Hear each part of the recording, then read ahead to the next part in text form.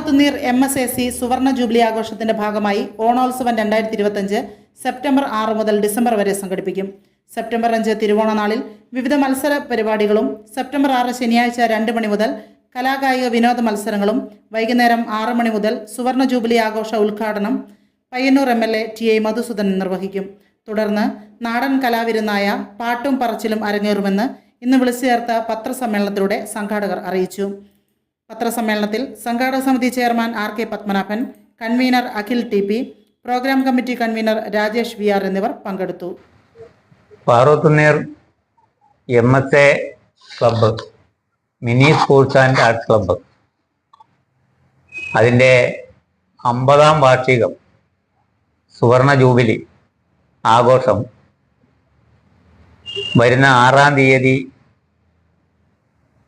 ആഘോഷിക്കുകയാണ്. അതിൻ്റെ തുടക്കം കുറിക്കുകയാണ്. MLA TA മധുസൂദനൻ ഉദ്ഘാടനം ചെയ്തുകൊണ്ട് ഒരു വർഷം എന്ന് പറയുമ്പോൾ ഇനിയൊരു 4 മാസം കൂടിയാണ് ഒരു വർഷത്തിലുള്ളത്. ഡിസംബറിൽ അവസാനിക്കത്തക്ക രൂപത്തിലാണ് ഞങ്ങൾ പരിപാടി പ്ലാൻ ചെയ്തിട്ടുള്ളത്. ഏറ്റവും ആകർഷകമായ രീതിയിൽ പരിപാടി സംഘടിപ്പിക്കാനാണ് ആലോചിച്ചിട്ടുള്ളത്. MSAC ക്ലബ്ബ് എന്ന് പറയുന്നത് 1975 അന്നത്തെ ഒരു 6-7 ചെറുപ്പക്കാര് നാടകം അഭിനയിക്കണമെന്ന മോഹത്തിൽ ഉണ്ടാക്കിയ ഒരു സ്ഥാപനം. അവിടുത്തെ പാറോത്തുനീർ ശ്രീ വിഷ്ണുമൂർത്തി ക്ഷേത്രത്തിൽ നാടകം അഭിനയിക്കുന്നതിന് വേണ്ടി തീരുമാനിച്ചു. നാടകം അഭിനയിക്കാനുള്ള പ്രവർത്തനങ്ങൾ ആരംഭിച്ചു. ആ ഘട്ടത്തിൽ ക്ലബ്ബ് എന്ന നിലയിൽ വേണം എന്ന നിലയിലാണ് mini sports and arts club രൂപം കൊടുത്തത്.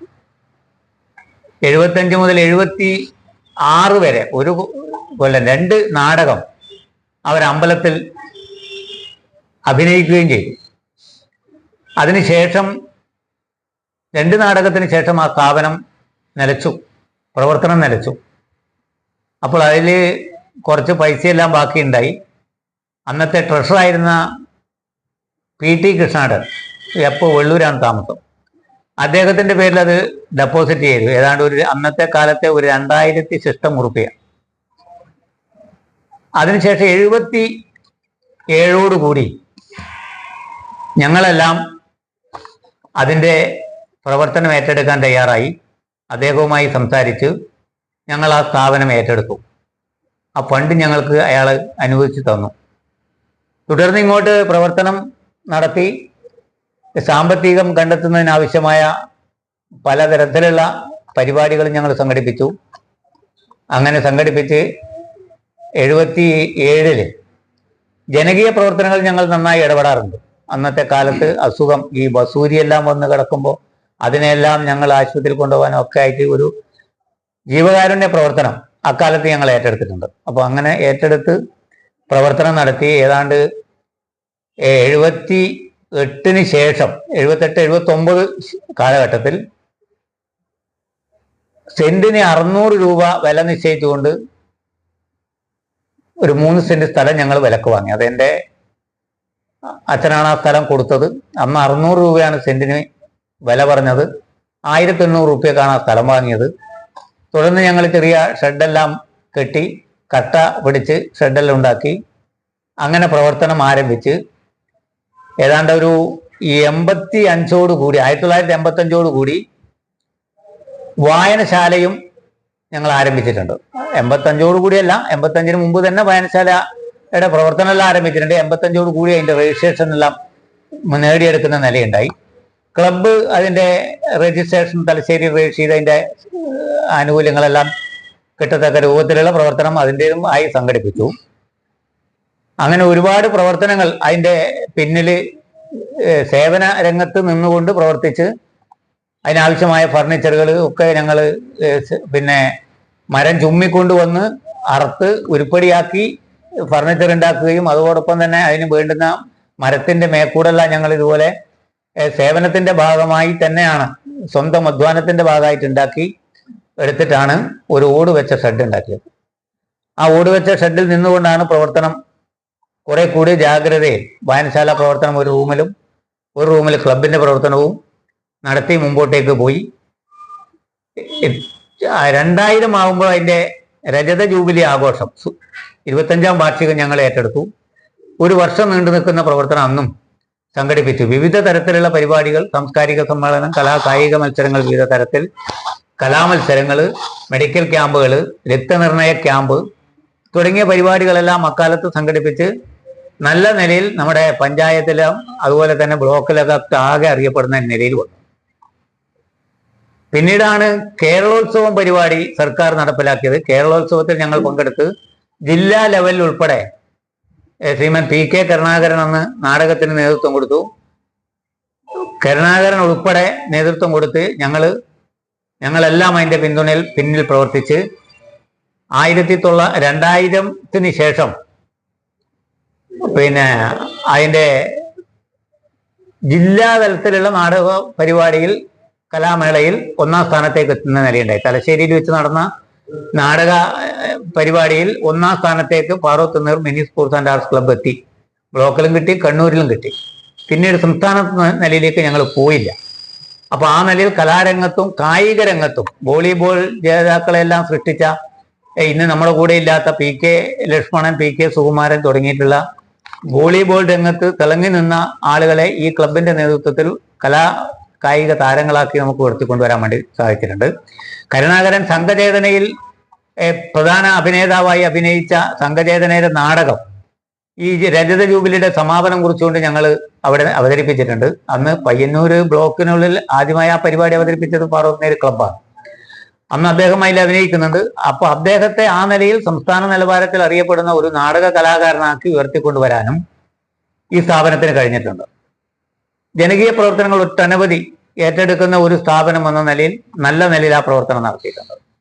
രജത ജൂബിലി ആഘോഷത്തിന്റെ ഭാഗമായിട്ടാണ് ഇന്ന് നിലനിൽക്കുന്ന ആ ക്ലബിന്റെ ഹാള് രജത ജൂബിലി സ്മാരക ഹാൾ എന്ന പേരിൽ ആ ഹാള് പണിതത് അന്നാണ്. അപ്പൊ തുടർന്ന് ഇങ്ങോട്ടും വിവിധ തരത്തിലുള്ള പ്രവർത്തനങ്ങൾ നമ്മളെല്ലാം ഏറ്റെടുക്കുകയും നടപ്പിലാക്കുകയും ചെയ്യുന്നുണ്ട്. പിന്നെ നമ്മുടെ എന്താ പറയാ സാക്ഷരതാ പ്രവർത്തനത്തിന്റെ നേതൃത്വം അന്ന് ക്ലബിന്റെ നേതൃത്വത്തിലുള്ള മെമ്പർമാരും അതിന്റെ ചുമതലക്കാരും എല്ലാം നല്ല നിലയിൽ ഏറ്റെടുത്ത് മുമ്പോട്ടേക്ക് പോയ കാര്യം നമുക്കറിയാം. അങ്ങനെയെല്ലാം മുമ്പോട്ടേക്ക് പോയി നല്ല രൂപത്തിൽ ഇന്ന് കണ്ണൂർ ജില്ലയിൽ തന്നെ അറിയപ്പെടുന്ന, പയ്യന്നൂർ ബ്ലോക്കിൽ എല്ലാ രംഗത്തും അറിയപ്പെടുന്ന ഒരു ക്ലബ്ബാക്കി ആ ക്ലബിനെ നമുക്ക് ഉയർത്തിക്കൊണ്ടുവരാൻ വേണ്ടി സാധിച്ചിട്ടുണ്ട്. ഇതെല്ലാം പറയുമ്പോഴും 2-3 ആളുകൾ ആ ക്ലബിലെ പ്രധാനപ്പെട്ട ആളുകൾ ഇന്ന് നമ്മുടെ കൂടെ ഇല്ല എന്ന വ്യസനസമേതം ആ കാര്യം നമ്മൾ ഈ അവസരത്തിൽ ഓർക്കുകയാണ്.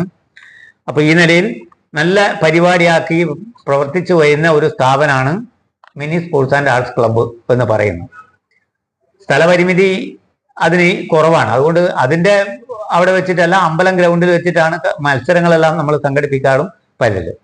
വായനശാല പ്രവർത്തനം ഇതിന്റെ കീഴിലാണ് തുടങ്ങിയത്. അത് വായനശാല ഉയർന്നു വന്ന് നല്ല നിലയിൽ സ്വന്തമായി ബിൽഡിംഗ് ഉണ്ടാക്കി, ഒരു ജോൺ ബ്രിട്ടാസ് MP-യുടെ ഫണ്ട് ഉപയോഗിച്ച് ഒരു ബിൽഡിംഗ് ഉണ്ടാക്കി അതിന്റെ ഉദ്ഘാടനവും കാര്യങ്ങളെല്ലാം ഈ കാലയളവിൽ നടന്നു കഴിഞ്ഞിട്ടുണ്ട്. കഴിഞ്ഞ വർഷമാണ് അതിന്റെ പ്രവർത്തനം നടന്നത്.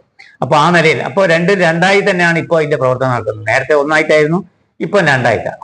ഈ നിലയിൽ പ്രവർത്തിച്ച സ്ഥാപനം ഇപ്പോ സുവർണ ജൂബിലി ആഘോഷം നടത്തുന്നതിന് വേണ്ടി ഒരുങ്ങി 6-ാം തീയതി വിവിധ മത്സരങ്ങളോടുകൂടി ഓണോത്സവം കൂടി അതിന്റെ ഭാഗമായി എടുക്കുക. അങ്ങനെ ഭാഗമായി എടുത്ത് പരിപാടി നടക്കുകയാണ്. അതില് നമ്മുടെ കലാപ്രതിഭകളെയും കായിക പ്രതിഭകളെയും ആദരിക്കുന്നതിന് വേണ്ടി ഞങ്ങൾ ആലോചിച്ചിട്ടുണ്ട്. അങ്ങനെ ഒരു 5 പ്രതിഭകളെ ഇതിന്റെ ഭാഗമായി ആദരിക്കുന്നുണ്ട്. പലപ്പോഴും പല ഘട്ടങ്ങളിൽ നമ്മൾ ഇതിനു മുമ്പ് ഇതുപോലുള്ള ആദരവും കാര്യങ്ങളെല്ലാം നടത്തി വരുന്ന ഒരു പ്രസ്ഥാനം എന്ന നിലയിൽ ഈ വർഷവും ഞങ്ങൾ ഈ ഓണോത്സവത്തിന്റെ ഭാഗമായി ജൂബിലി ആഘോഷത്തിന്റെ ഭാഗമായി അതും ഏറ്റെടുക്കുകയാണ്. തുടർന്ന് നടക്കാൻ വേണ്ടി പോകുന്നത് 6-ാം തീയതിയത്തെ പരിപാടിക്ക് സമാപനം, അന്നത്തെ ദിവസം പരിപാടിയുണ്ട്. കാഞ്ഞങ്ങാട് തിയേറ്റേഴ്സിന്റെ കലാപരിപാടിയും വന്ന് ഈ ഉദ്ഘാടനത്തോടനുബന്ധിച്ച് നടത്തുന്നുണ്ട്.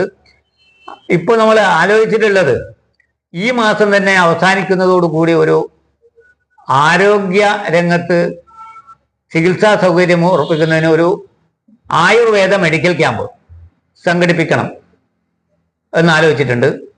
അതുപോലെ തന്നെ തൊട്ടടുത്ത മാസം ഒക്ടോബറിൽ കലാകായിക മത്സരങ്ങൾ, വിവിധ തരത്തിലുള്ള കലാകായിക മത്സരങ്ങൾ വിവിധ തരത്തിൽ നമ്മൾ നടത്താറുണ്ട്. അത് ഏറ്റെടുത്ത് നടത്താൻ ആലോചിച്ചിട്ടുണ്ട്. അതുപോലെ തന്നെ നവംബർ ആകുമ്പോഴത്തേനും ഒരു സാംസ്കാരിക സമ്മേളനം, അത് പാറൂത്തുനീര് വേണോ അതിനപ്പുറത്തേക്ക് പ്രാപ്പൂരിലേക്ക് പോകാൻ വേണ്ടി പറ്റുമോ എന്നും കൂടി ആലോചിക്കുന്നുണ്ട്. സാംസ്കാരിക സമ്മേളനം എന്ന് പറയുമ്പോൾ ഒരു 3-4 സാംസ്കാരിക നായകന്മാരെ കൊണ്ടുവന്നിട്ട് ചെയ്യേണ്ടുന്ന കാര്യമാണ്. അപ്പൊ അതുകൂടി ഇതിന്റെ ഭാഗമായി നടത്താൻ ഞങ്ങൾ ആലോചിച്ചിട്ടുണ്ട്. അവസാനം ഡിസംബറോടുകൂടി ഇതിന്റെ സമാപന സമ്മേളനം നടത്തുക. ആ സമാപന സമ്മേളനം എന്ന് പറയുമ്പോൾ നാട്ടിലെ ജനങ്ങളെ ആകെ പങ്കെടുപ്പിച്ചുകൊണ്ട് നാട്ടിലെ ജനങ്ങളുടെ അവരുടെ അഭിരുചിക്കനുസരിച്ച് കലാകായിക മത്സരങ്ങളെല്ലാം അതിന്റെ ഭാഗമായി നടത്തണം. ആ കലാമത്സരങ്ങളെല്ലാം നടത്തി സമാപിക്കുക എന്നതാണ് ഉദ്ദേശിക്കുന്നത്. അതിലും നമുക്ക് നമ്മുടെ ബഹുമാന്യ വ്യക്തികളെല്ലാം അതിൽ പങ്കെടുപ്പിക്കണം. അതോടൊപ്പം തന്നെ ഈ ക്ലബിൽ നിന്ന് അംഗത്വം എടുത്ത് പോയിട്ടുള്ള, ഇപ്പോൾ ക്ലബിൽ വരാൻ സാധിക്കാത്ത ആളുകളുണ്ട്. അവരെയെല്ലാം ക്ഷണിച്ചിട്ട് ഈ പരിപാടിയിലേക്ക് നമുക്ക് കൊണ്ടുവരേണ്ട കാര്യമുണ്ട്. അപ്പൊ അവരെയെല്ലാം കൊണ്ടുവരണം. ഞങ്ങൾ വിശദമായ ആലോചന പൂർത്തിയായില്ല. ആലോചനയുടെ ഭാഗമായി ചിലപ്പോൾ ഈ ക്ലബിന്റെ അംഗങ്ങളെയും ആളുകളെല്ലാം പുറത്തുള്ളവരെല്ലാം ക്ഷണിച്ചിട്ട് ഒരു പരിപാടി സംഘടിപ്പിക്കണമെന്നുള്ള കാര്യം ആലോചിക്കുന്നുണ്ട്. അപ്പൊ ഈ നിലയിലുള്ള പരിപാടികളാണ് ഞങ്ങൾ ആസൂത്രണം ചെയ്യുന്നത്. ക്ലബിന്റെ 33-ാം വാർഷികം ഇതിന്റെ ഇടക്കാലത്ത് ഞങ്ങൾ ആഘോഷിച്ചിട്ടുണ്ട്. അതിന്റെ ഭാഗമായി വലിയ പരിപാടി, കബഡി ടൂർണമെന്റ് ഉൾപ്പെടെ പ്രാപ്പൂരിൽ വെച്ച് നടത്തി വലിയ നിലയിൽ പരിപാടി ഏറ്റെടുത്തിട്ടുണ്ട്. അപ്പോൾ ആ നിലയിൽ പരിപാടി ഏറ്റെടുത്ത് വിജയിപ്പിക്കാനാണ് ഞങ്ങളിപ്പോൾ ആലോചിച്ചിട്ടുള്ളത്. ഇങ്ങനെ ഞങ്ങൾ ഇത്തരത്തിലേക്ക് ഈ പരിപാടി ആലോചിക്കുന്നതിന്റെ പിന്നിൽ ജനങ്ങളാണ്. നമ്മുടെ പ്രദേശത്തെ ജനങ്ങളുടെ ഒരു ആശാ കേന്ദ്രമാണ് ഈ കലാസമിതി. ആ കലാസമിതി എന്ന് പറയുന്നത് എല്ലാ ആളുകൾക്കും എല്ലാ സമയത്തും കയറി വരാനും ഇരിക്കാനും സൗകര്യപ്രദമായി വായിക്കാനും പറ്റുന്ന നിലയിൽ അത് ഉപയോഗപ്പെടുത്തിയിട്ടുണ്ട്. ആളുകൾക്ക് നമ്മുടെ നാട്ടിലെ പല ആവശ്യങ്ങൾക്ക് വേണ്ടിയും ആ സ്ഥാപനത്തെ നമ്മൾ ഉപയോഗപ്പെടുത്തുന്നുണ്ട്.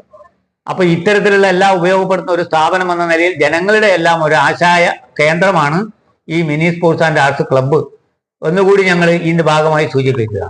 അപ്പൊ ഇത്തരത്തിലുള്ള സ്ഥാപനത്തിന്റെ 50-ാം വാർഷികം വിജയിപ്പിക്കുന്നതിന് വേണ്ടി പത്രപ്രവർത്തകരുടെയും ദൃശ്യമാധ്യമങ്ങളുടെയും എല്ലാം പരിപൂർണമായ സഹകരണം ഞങ്ങൾക്ക് ആവശ്യമുണ്ട്. അപ്പൊ നിങ്ങളുടെ എല്ലാം പരിപൂർണമായ സഹകരണം ഓരോ ഘട്ടത്തിലും ഓരോ പരിപാടി നടത്തുമ്പോൾ അതിലെല്ലാം നിങ്ങൾ വരികയും ഞങ്ങളെ സഹായിക്കുന്നതിന് വേണ്ടിയുള്ള പിന്നെ നല്ല നിലയിൽ ദൃശ്യമാധ്യമങ്ങൾ ഇടപെട്ട് പ്രചരിപ്പിക്കുന്ന നിലയും ഇതിന്റെ ഭാഗമായിട്ട് ഉണ്ടാവണം എന്നതാണ് ഞങ്ങൾ ആഗ്രഹിക്കുന്നത്. അതിനാണ് ഞങ്ങൾ ഇന്ന് ഈ പത്രസമ്മേളനം വിളിച്ചു ചേർത്തിട്ടുള്ളത് എന്നതാണ് പറയാനുള്ളത്. ചെറുപുഴയുടെ ഹൃദയഭാഗത്ത് 7 വർഷങ്ങളായി പ്രവർത്തിച്ചു വരുന്ന സെഡ് മൊബൈൽ നവീകരിച്ച ഷോപ്പിന്റെ പ്രവർത്തനം ആരംഭിച്ചിരിക്കുകയാണ്. IPhone, Samsung, Redmi, Realme, OnePlus, IQ തുടങ്ങിയ ലോക പ്രശസ്ത ബ്രാൻഡുകളുടെ മൊബൈൽ ഫോണുകൾ ഏറ്റവും കുറഞ്ഞ വിലയിൽ EMI സൗകര്യത്തോടുകൂടി നിങ്ങളിലേക്ക് mobile accessories, second hand phone മുതലായവ ലഭ്യമാണ്. കാലത്തിന്റെ ആധുനികതയ്ക്കൊപ്പം ചെറുപുഴയെ നയിക്കുന്ന സെഡ് മൊബൈൽ, അമ്പലം റോഡ്, ചെറുപുഴ. ഫോൺ 92077577.